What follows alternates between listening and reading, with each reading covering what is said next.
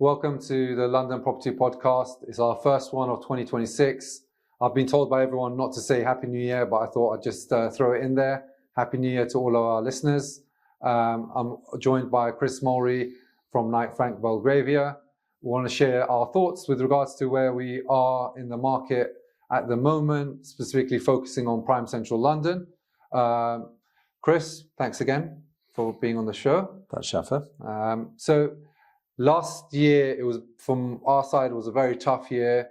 Loads of unknowns, which I feel towards the end of last year were ironed out. Quite optimistic about the year going ahead. Had a last interest rate reduction again towards the end of last year. We're now at 3.75%, and we're expected that the interest rates will continue to creep downwards based on projections. For example, I think you said JP Morgan have said we'd be at 3.5 by the middle of this year. They said that they thought 2 more cuts by the middle of the year, so Yeah. 3.25. 3.25. So that would be a great place for us to be. We also had the budget towards the end of last year, which was nowhere near as bad as what we all expected. We had 2 exchanges on hold until after the budget was announced and finalized. And I think everyone was very optimistic with how that panned out. I think one of the biggest takeaways from the budget was this idea of a mansion tax coming into play in or around 2028, where anything that was above £2 million, so the bracket was between 2 and 5, would be charged at, I think it was 2,500, and 5 million and above would be charged at £7,500 a year. So nowhere near, we were expecting percentages, obviously, between those kind of rates and on an annual basis as well. So these are very things that people can live with, especially when they're buying properties that are, very expensive in prime central London. Mm-hmm. So I think the budget for us was a big relief to get that out of the way. Another interest rate reduction again, which was great, unexpected and great. And I just feel like, we're pretty much over the hurdles that we were worried about, and now got a clean run between now and for 2026 going forward. And it's really a question of, people getting their skates on and making a move of whether they're actually going to proceed and go ahead and buy something or wait, because there's not much more to wait on. That's right. Last year, there was still activity, people were still doing things, but there was a certain proportion that were just waiting to figure out what was in this budget, because the thing is, the amount of trial balloons that Labour flew, which were these kind of scary prospects of everything was on the table. Yeah. And nobody really knew what was going to happen, and there was so much talk that there's so much money to find and how are they going to find it, and we thought that something radical would happen, and then the budget was kicked back pretty much as late as I can ever remember that a budget has been in the past, and it was at the back end of November. So by the time people have digested it and they figure out and they got clarity, we were in pretty much December. And then obviously, as you know, well, if you don't know, when you're in the property market, December is a time of year whereby naturally it's quietening down. I like to call it party season. Party season, yeah. And then obviously now, in January, we're trying to still figure the lay of the land. But the kind of initial impact from us after we got the budget and a lot of our clients and buyers was, wow, we've waited 4 months for that, for effectively not really much, no change really, as far as we were concerned. Because like you pointed out, mansion tax, when it was floated before, Labour had floated it, Lib Dems had floated it, and they were always talking in the region of kind of 1%, 2% of property value. And you're right, on a property of £2 million, it starts at 2 million. It's a higher value property tax. Let's not call it mansion tax, because we're selling some, you could call them cottages. So they're not mansions in central. But it works out to be kind of, for a £2 million property, it works out to be 0.125% of the value on an annualized basis. So buyers, they're not really concerned about that. They can afford it if they've got that kind of money to buy at that level. I think I mean, would it impact anything that you're buying or any of your clients? Not at all. Is anybody talking about it? Look, by any buyers? From our side of things, we were very concerned about what was going to be in the budget and post-budget. I think we're all very relieved. I think even our investors and people going forward were like, yeah, it's not a biggie, not something that would even trigger a concern. One thing I would say is that the frustration from our side was obviously that the budget was so late last year. So in terms, I mean, even towards the end of last year, we managed to squeeze in 2 things to go under offer, which was great. But just waiting to see how that all trickles into 2026 and how things really kind of kick on from there. That's the key for us now, because that impetus of people not waiting or waiting for anything else is key. Because there always seems to be something else we're waiting for. Well, what we've been saying to clients in January is, look, now we've got some certainty, we've got the budget, we know what that is, so that's done. We got the interest rate cut that you said at the back end of last year of 0.25%. Maybe a couple of more on the way. Who knows? It's an uncertain world. Things could change, but we're in a relatively, I was going to say, a stable place. You have to go on Donald Trump roll out with all sorts of things regarding Greenland. But the thing is, if you look at the markets, like not the property market, but if you look at the other markets, like the FTSE, nothing's happened. I mean, that news about what he was going to do, tariff the UK and all of it, it's not even flinched. And the US market exactly the same. So I think it's just like people have just got used to it. Like all this hyperbole, 1 minute's one thing, 1 minute's the other. Something will be sorted out and everything will be okay. But one thing that I would say is that obviously me and you talk a lot, and me and Chris, we talk on a daily basis about where we think the market's at. One thing that you said to me, which I found extremely interesting, was the point where now we're past the main pain point. Was that what you called it? Where we're almost halfway through a Labour government now. Yeah, I'll let you say it. I just wanted to kind of like... By the middle of this year, we're going to be halfway through a Labour government. So I always like to put things in perspective. And the thing is, when we first started the Labour government, everybody's like, oh, what are they going to do? Are they going to come after the rich and property and what have you and assets and all of this? And then we've kind of had 2 budgets now. They haven't really done that. They've ratcheted up they've tinkered around the edges. Okay. So yes, we've got more budgets, but they're halfway through the term, middle of this year. So my view is, okay, we're halfway in, nothing major's happened. So when people can start to see the exits of a Labour government, if they don't like what's happening, I'm not sure what they're polling on at the moment. There's some midterm elections coming up, aren't there? So not midterm elections, but I'm thinking of US terms. I was going to say. But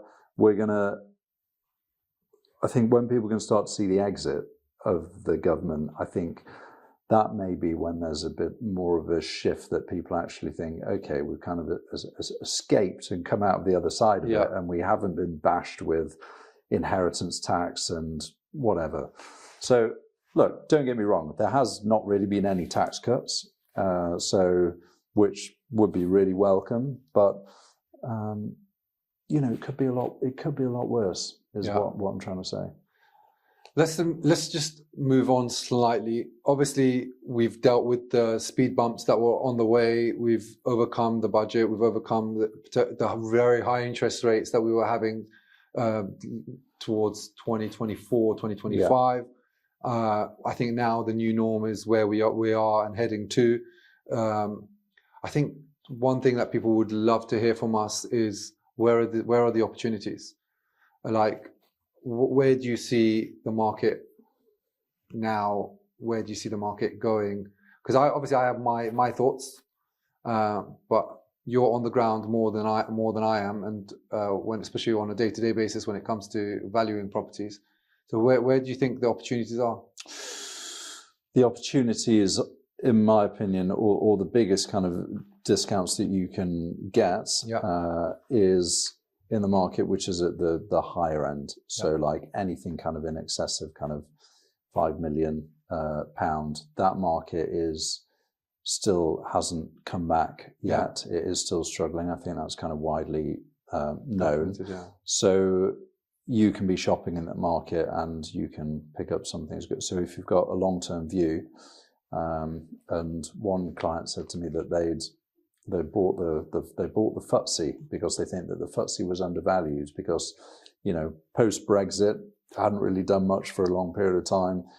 The US was really hot. But I said to a colleague, with what's going on in the US, there's kind of this protectionism, what have you. And yes, everything seems to be doing quite well in terms of their local economy and stuff, but I think there's some risks in terms of how they're treating the rest of the world. And it's like last week we were at a point whereby we're thinking, actually, I think they might have overstepped the line. And you've seen Canada start to go over to diversify with China and do trade deals elsewhere around the world. And Mark Carney came out with an unbelievable speech at the World Economic Forum that I think everybody should watch. And, you look at the comments of that speech and people are like, he's so well-spoken. He should be, he's just an extremely well-respected politician. And he frames it in a way whereby, and he said this, I think, in front of the Chinese when he had that delegation with them, that it's the part of the new world order. And I think that's dangerous for the US because the thing is, yes, their local economy and everything is fine, and obviously they're super, super important. But the thing is, as soon as you turn against your allies and you start threatening them, I'm not saying it's the United States per se, but I mean one particular individual that we're talking about, it's not going to end well. Because even me, I was thinking, should I really have a lot of money in US stocks? Like, even if you have 3% of the world population thinking, do you know what, I better sell a little bit or diversify. And even Macron has been, he's going to be out of office within a few months. He's been saying, at least the European Union, yes, it's slow. Yes, we have regulations, but at least we're stable and you're going to know what you get and you're welcome here. It's quite divisive in the US. So I can see what he's doing. He's trying to appeal to people like myself who maybe thought, well, what's going on with the US here? This is getting a bit crazy. Maybe we put it back in UK stocks. And look what the FTSE is doing. It's outperforming the S&P quite significantly. There could be an argument that, well, okay, the property market has been over the last decade more depressed than where the FTSE is. So at what point do people start thinking, get into property instead? And with that said, there's so much negativity on social media, and the likes of Trump, Elon Musk, Saraj, all talking about, and this has expanded through social media in terms of the negativity of crime and all of this kind of stuff.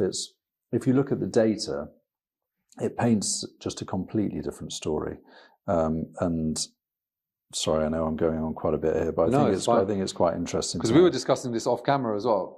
We were saying, like, look, I think London itself gets a lot of bad press, given the social media and what we see on there with regards to robberies and thefts, etc. But just because ours is over-exemplified in social media doesn't mean that it's not happening elsewhere. And then I think with the stats that you're going to mention now, actually it paints a more realistic picture of where we are. It's been improving rather than getting worse. Well, I thought, you can go down a social media rabbit hole and look at crime and what have you, and you think, oh gosh, it's really bad. And you can get to the point where you think, you feel like you might be really unsafe walking down the street, you might get stabbed or something like that. And you hear Trump saying that people in London are getting stabbed in the ass. And so, and then it's just not my experience. What he gets away with, honestly, that's so funny, honestly.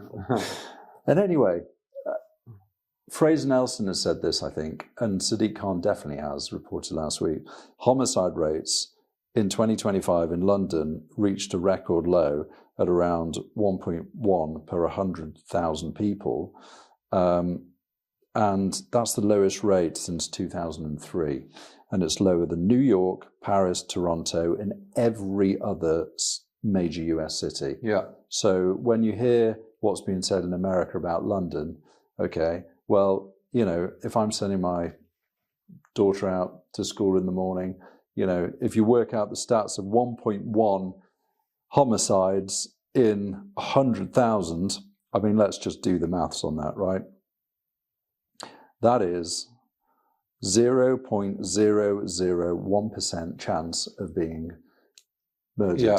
So you can comfortably walk out your door and you might just make the stats. You might just make it. Yeah. So if you do a comparison with all these other major cities, yes, we're coming out relatively yeah. okay. It's just not as bad. I think. Look, let's not shy away from the fact that obviously London is a safe city. But it just gets so much bad press, and I think it's just in terms of social media, it just seems to get over exemplified a lot. Well, there's this whole disinformation and this divisive politics, which is at play in the right wing. Yeah, which that's the playbook of it. It's like, okay, so division, so hate. Immigrants coming over, they're going to rob you and stuff. The Office of National Statistics shows that there's more crime committed by UK-born people than there are immigrants. Yeah. Okay. If you look at X, you're not going to think. Yeah, you're not going to see that. You're just going to see just something completely opposite. 100%, And then, but what's important is actually the perceptions of people. And the reason why we're discussing about this, I guess, is because, look, perceptions of how a city is kind of affects, investment and crime. And we need to kind of get control of the narrative of that. Hence why we're chatting about it. I was also telling you off camera, when you're actually doing a full market appraisal or on a property itself, you actually also take into consideration crime rates. Yeah. So a high crime rate would also impact the property. So yeah, I think one thing to take into consideration from, I think what Chris is trying to say is, look, crime and the negative press surrounding London is nowhere near as bad as what you're hearing on social media or on the internet. I think that depends what platform you're on social media. Yeah, for sure. If you're on Pinterest, you might not be too concerned. Very true. Very true. Any other points in terms of potential areas of growth, places to focus on? I think if you take the view that what I'm saying, the higher end of the market in excess of £5 million, if you take the view that, and look, there may need to be a political shift or change in policy, because property is very much kind of like a political kind of football as well. And like what we said about coming into halfway through a Labour term by the middle of this year and people can see the exit, there may be an opportunity there, because this is like we've said before, a generational buying opportunity. And the lower down you go, the more kind of domesticated it is, or the more people need to move and stuff. But the real prime assets of, things at 50 million, 10 million, things like that, people don't need to buy them. Yeah. So there's this whole geopolitical situation going on, thinking, which is played out on a wider level. People want to know what's going to happen next year or the year after, but you've got to start thinking in terms of over the next 5-10 years, particularly when you're holding a property. I mean, you say the phrase generational wealth, and the opportunity within London now to buy something and really put your stamp on it and really kind of enhance the asset. I think for us, I'm totally in line with that. I really feel like prices in central London now are at ridiculously low levels. They're at a point now where I can't even comprehend sometimes how cheap they are, where I don't feel like I can negotiate much more. Obviously, prices where they were at £2,000 a square foot, now they're at $1,200-1,300 a square foot. For me, I just feel like there is huge potential for making money in London now, especially if you're holding longer term. The other area, I think, especially when it comes to my side in terms of investments, is looking at properties that are unmodernised. I feel like there is a huge growth. There's a huge potential there. People have zero patience, especially in prime central London, for refurbishing properties, dealing with licenses to alter, finding a builder to do the works, and building costs have gone up through the roof over the past 5 years. And now this whole added hurdle of dealing with high-rise buildings. If people don't know about that, it's a huge thing to deal with. Any building that's over 7 stories or 18 meters, you actually need to get a BSR regulator to oversee the works, and the complications surrounding them are crazy.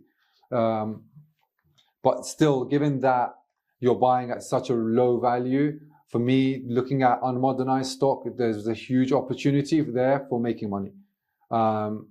Before, the gap was very small. Now, for me, I'm seeing the gap become ever and ever larger.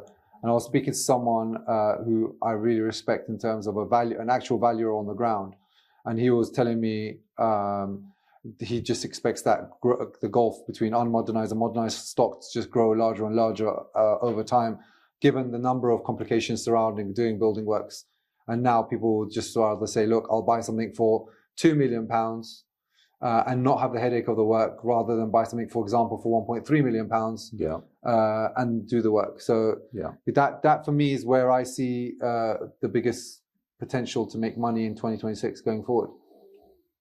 I agree. There's a big gap. I was looking at a Muse house that we have on the market, and there's one that's just sold that's modernized, and the gap was massive. There was like £2,500 a foot done, and then it was kind of like £1,600 a foot that hadn't been done.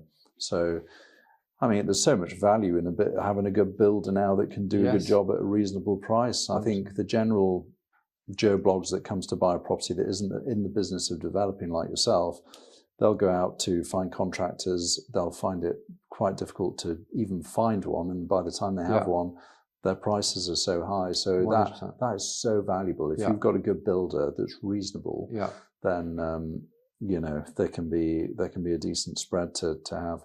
100%. I think there's just for the average Joe Bloggs who probably doesn't know the complications surrounding building works, you have licenses to alter, you have listed building consent, you have obviously finding a builder, you're obviously still paying mortgage interest on your property whilst the property is empty.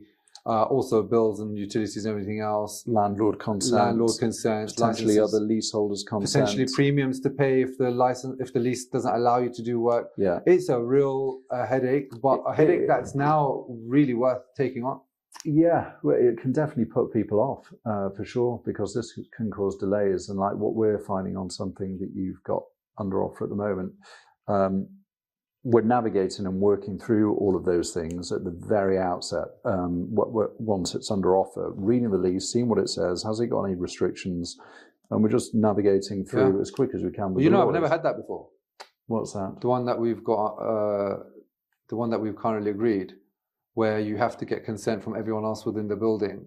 I've never had that clause come up before in anything I've done before. So it just shows you sometimes, even with my experience of nearly 17 years, sometimes you still come across clauses within leases that prevent you from doing works.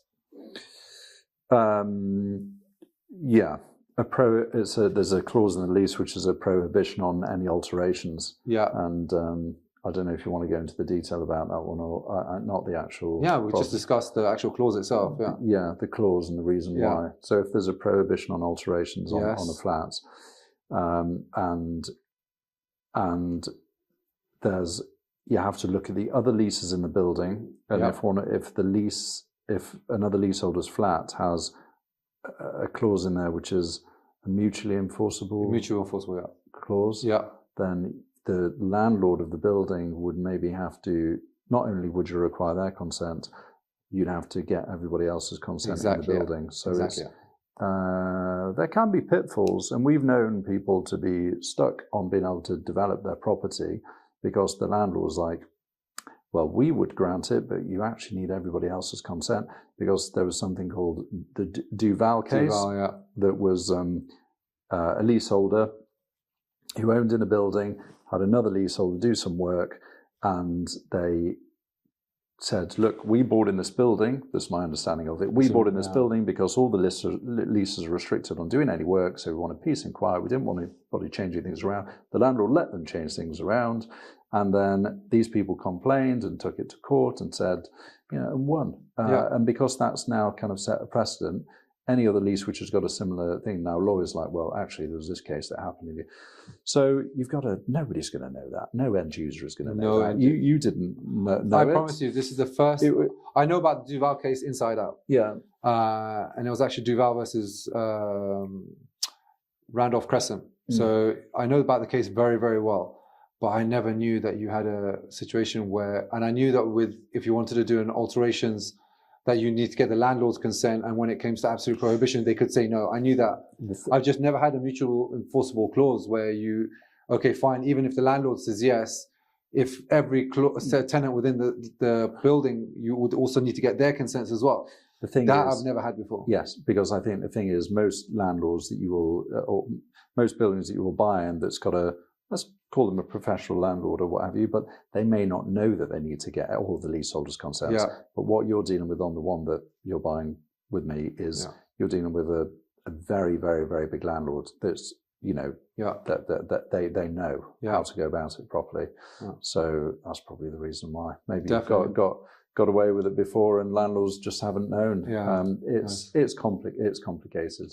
But I think one thing that I would say is, look, when it comes to doing works, when it comes to buying opportunities or something, there's always going to be a hurdle to overcome. The question is it a hurdle that's worth overcoming in terms of financially?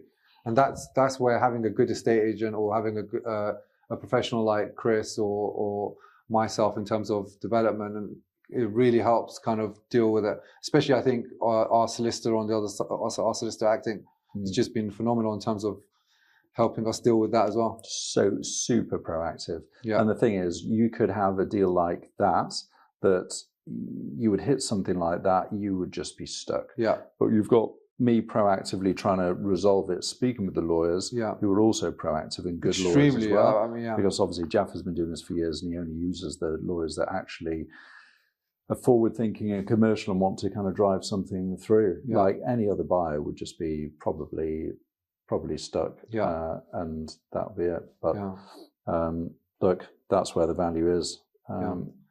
So guys, that's our take on 2026. Obviously, it's our first. We're only in January at the moment. Huge opportunities going forward. We are at in terms of pound per square foot. So I think we both agree. London is looking very attractive, especially when you start comparing them to major cities across the world. For us and myself, I would particularly say, it's a very good time to buy. It's very much still a buyer's market. Whether we consider that will change, we'll have to wait and see. But stay tuned, and thank you for listening.